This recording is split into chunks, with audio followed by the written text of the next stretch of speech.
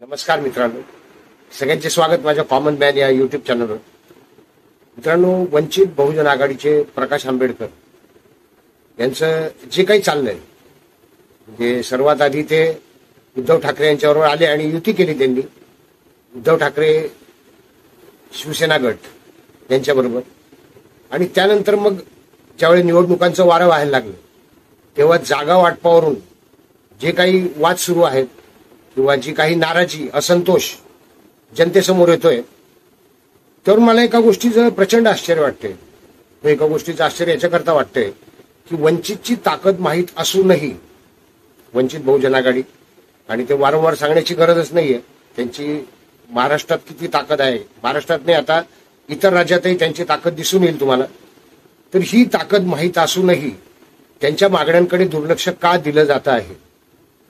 एकीकडे सांगितलं जात आहे की वंचितची चर्चा झालेली आहे, सगळं काही सुरळीत आहे, सगळं काही व्यवस्थित आहे. म्हणजे सांगणारे जी व्यक्ती आहे संजय राऊत, त्यांच्यावर कोणाचा विश्वासच नाहीये. आणि प्रत्यक्ष आंबेडकर साहेबांनी देखील समोर येऊन स्पष्ट केलंय की संजय राऊत खोटे बोलतायत आणि अशी कुठलीही चर्चा नाही, कारण आघाडीचाच जागा वाटपाचा तिढा अजून संपत नाहीये. 4 जागा वगैरे असं काही नाही, एक अकोल्याची आणि 2 उरलेल्या. हा उरलेला शब्द किती विचित्र आहे. उरलेल्या म्हणजे काय की ज्या जागांवर कोणीच लढायला तयार नाहीये किंवा ज्या जागांवर भारतीय जनता पार्टी आणि जी युती आहे त्यांच्यासोबत असणारी राष्ट्रवादी, अजित पवारांची आणि एकनाथ शिंदेची शिवसेना यांची ताकद आहे, अशा जागा म्हणजे उरलेल्या असणार हे माहिती आहे. आणि त्या देखील 3च होतात. आणि संजय राऊत येऊन सांगतायत की 4 जागा दिलेल्या आहेत, 4 जागा ऑफर केल्या आहेत आणि त्या जागा ते स्वीकारतील अशी आशा आहे. चर्चा सुरू आहे, सकारात्मक होते आहे. सगळी गंमत जम्मत चालली आहे. एकीकडे असं वाटतं की खरोखर आघाडीला प्रकाश आंबेडकर सोबत हवे आहेत काय?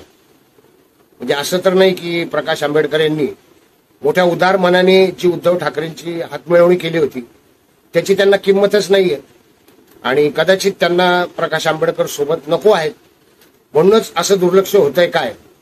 आता का नको आहेत याची खरे तर काहीच कारण नाही. हा, पण तिथे जे झारीतले शुक्राचार्य म्हणतो आपण, झारीतले शुक्राचार्य, त्यापैकी एक शरद पवार साहेब आहेत जे आधीपासूनच कोणीही तळागाळातील घटक वर येत असला की त्याला कसं दाबायचं हे अतिशय उत्तम जाणतात. आणि वंचित बहुजन आघाडी ही तळागाळातल्या वंचित अशा लोकांपासून तयार झाली. ती केवळ भीमशक्ती नाहीये तर बहुजन शक्ती असं म्हटलं तरी चालेल.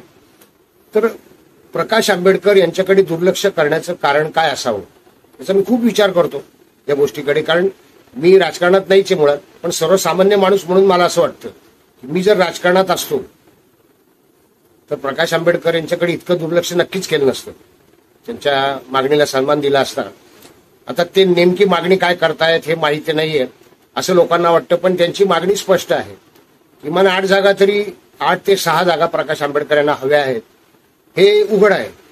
आणि फक्त 4 जागा किंवा 3 जागा, 2 हरणाऱ्या जागा किंवा एकच जागा अकोल्यातली हे काही कोणीच मंजूर करणार नाही. तर कोणाच्या जीवावर, म्हणजे प्रकाश आंबेडकर यांची ताकद माहीत असूनही कोणाच्या जीवावर उद्धव ठाकरे दुर्लक्ष करतायत प्रकाश आंबेडकर यांच्या मागणीकडे. आता उद्धव ठाकरे दुर्लक्ष करतात असं का म्हणतोय मी?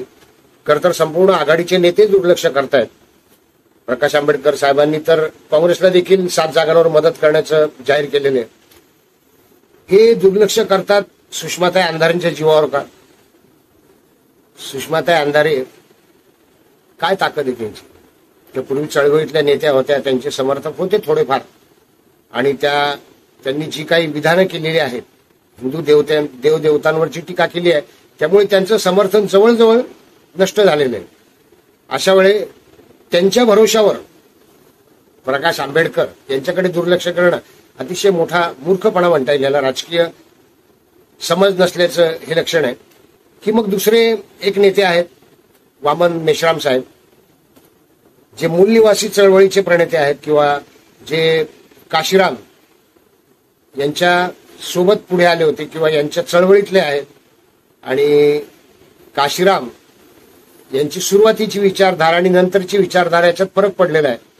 त्यानंतर मायावतींनी जो बहुजन समाज पार्टी जो पक्ष स्थापन केला त्यापासून वामन मेश्राम दूर राहिले आणि त्यांची मूलनिवासी चळवळच आहे जी की असं सांगते मूल निवासी जे आहेत त्यांना तिथे राहण्याचा अधिकार आहे आणि जे मूल निवासी नाहीत त्यांनी देश सोडून जावे. त्यांनी युरेशन असा शब्दही वापरला आहे, जे मूल निवासी नाहीत त्यांच्याकरता. हे संपूर्णपणे घटनेच्या विरोधी आहे, संविधानाच्या विरोधी आहे त्यांची मागणी. कारण संविधान भारताला स्वातंत्र्य मिळाल्यापासून किंवा संविधान लागू झाल्यापासून भारतात जे नागरिक राहत आहेत त्या नागरिकांना भारतात राहण्याचा पूर्ण अधिकार आहे. संविधानाने दिलेला तो अधिकार आहे. त्यामुळे ही चळवळच मूर्खपणाची. तर वामन मेश्राम यांचे महाराष्ट्रात खरोखर समर्थक आहेत का, तर याचं उत्तर असं सांगता येईल की थोडेफार, फार नाही शब्द, थोडे आहेत समर्थक असतीलही ज्यांचा मूल निवासी या विचारधारेवर या सिद्धांतावर विश्वास आहे. असे त्याच्यापेक्षा कितीतरी पट जास्त ताकद आहे प्रकाश आंबेडकर यांची. जर वामन मेश्राम हे शिवसेनेसोबत आहेत म्हणून तुम्ही दुर्लक्ष करत असाल की आपल्याकडे दलित शक्ती आहे, भीमशक्ती म्हणूयात आपण, असं अजिबात नाहीये. आता सगळे लोक अतिशय हुशार झाले आहेत, सगळ्यांकडे इंटरनेट आहे, सगळ्यांकडे गुगलवर सर्च करता येतं, सगळ्यांना माहिती मिळवता येते आणि वामन मेश्राम जे काही सांगतायत त्या सिद्धांतावर सगळे विश्वास ठेवू शकणारच नाही. तर त्या वामन मेश्राम, सुषमा अंधारे यांच्या भरोश्यावर तुम्ही बाळासाहेब आंबेडकर यांच्याकडे दुर्लक्ष करत असाल तर तो अतिशय मोठा मूर्खपणा किंवा राजकीय नासमज, राजकीय असमज समजण्यात येईल. एखादा असताना तर त्यांनी प्रकाश आंबेडकर यांच्याशी व्यक्तिगत चर्चा केली असती. कारण प्रकाश आंबेडकर 26 तारखेला भूमिका जाहीर करणार म्हणतात, म्हणजे अजूनही त्यांना मनापासून तोडायचं नाही. जरी काल त्यांनी जाहीर केलं असलं की हो युती तुटली आहे आणि आता पुन्हा जेव्हा काय आघाडी बरोबर आमची जर युती झाली तर युती समजायची, सध्या युती तुटलेली आहे हे जाहीर केल्यानंतर अनेकांना दुःख झालेलं आहे. त्यांनी ते व्यक्त करण्याचा प्रयत्न केलेला आहे. एकीकडे संजय राऊत मखलाशी करून गोड गोड बोलून प्रकाश आंबेडकर यांना भावनिक करण्याचा प्रयत्न करत आहेत. कारण त्यांनी काल बोलताना शब्द वापरला की हा आमची प्रकाश आंबेडकर यांच्या सोबतची युती ही राजकीय नसून भावनिक आहे. पण ते राजकीय वाटाघाटी सुरू आहे त्यामुळे इथं भावनिक प्रश्नच येणार नाही. वाटाघाटीची तर राजकीय केली तर भावनिक युती आहे असं म्हणण्याचा प्रश्न नाहीये. त्यामुळं हे कोणाच्या भरोश्यावर नक्की करता आहे प्रकाश आंबेडकर यांच्याकडे दुर्लक्ष हा फार मोठा संशोधनाचा विषय आहे. खरं तर अजूनही बाळासाहेब आंबेडकर हे दूर गेलेले नाहीत असं मी समजतो, असं मला वाटतं. त्यांना उद्धव ठाकरेंनी प्रत्यक्ष भेटलं पाहिजे, प्रत्यक्ष भेट घेतली पाहिजे. कशी भेट घ्यायची, कुठे घ्यायची ते त्यांना ठरवावं त्या दोघांनी. पण ही भेट आवश्यक आहे. ज्यावेळी महाविकास आघाडीचं सरकार स्थापन होणार होतं त्यावेळी उद्धव ठाकरे, तुम्हाला माहिती आहे की पहिल्यांदा मातोश्रीच्या बाहेर पडून, होय याच्यापूर्वी ठाकरे मातोश्रीच्या बाहेर पडत नव्हते, त्यांनी शरद पवार यांच्या भेटीगाठी घेतल्या होत्या आघाडी स्थापन करण्याकरता. आता आघाडी वाचवण्याकरता किमान आपली जी पद गेलेली आहे, काय पद गेली आहे ते वेगळं सांगत नाही, ही पद पुन्हा कायम ठेवण्याकरता, मिळवण्याकरता प्रकाश आंबेडकर गरजेचे आहेत. इतकी साधी सोपी गोष्ट उद्धव ठाकरेंना समजू नये ही दुर्दैवाची गोष्ट आहे, अतिशय दुर्दैवी आहे. म्हणजे पुन्हा तो संशय येतोय की उद्धव ठाकरे यांना अजूनही उद्धव ठाकरेंची दिशाभूल केली जाते आहे. त्यांच्या भोवती जे कार्यकर्ते आहेत ते त्यांची दिशाभूल करत असतील, शरद पवार करत असतील माहित नाही. शरद पवार करणार नाहीत असं वाटतंय, करत आलेत आतापर्यंत. पण त्यांनाही ताकद माहिती आहे वंचितची की पुन्हा तोच प्रश्न की शरद पवार यांना हवंच आहे की वंचितनी सोबत राहू नये, म्हणजे उरले सुरले उद्धव ठाकरे संपले पाहिजेत, हा तर डाव नाही. आणि त्याकरता संजय राऊत एका बाजूनी आणि शरद पवार दुसऱ्या बाजूनी असे प्रयत्न करत नसावेत. बघा अजूनही वेळ गेलेली नाहीये.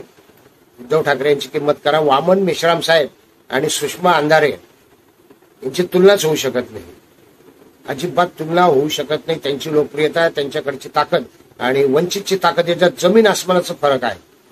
महाराष्ट्रात वामन मेश्रामची ताकद नाही. महाराष्ट्रात मुख्यतः प्रकाश आंबेडकर यांचीच ताकद आहे, वंचित बहुजन आघाडीची. तर त्या शक्तीची, त्या ताकदीची किंमत केली पाहिजे. उद्धव ठाकरेंनी एकदा भेट घ्यावी नक्की, नाहीतर मग आहेच भारतीय पार्टीचा परचम. आणि तुम्ही त्यांना हरवायचं म्हणता, पण त्यांना हरवण्यासाठी योग्य त्या दिशेला जात नाही आहात, योग्य ती पावले उचलत नाही आहात, हे दुर्दैवच म्हणायचं. किंवा कुठल्या तरी राजकीय खेळाला तुम्ही फसत आहात असंही म्हणता येईल. भेटत नवीन व्हिडिओ कॉमन मॅनसह. व्हिडिओ आवडला असेल तर लाईक करा, शेअर करा, सबस्क्राईब करा. धन्यवाद.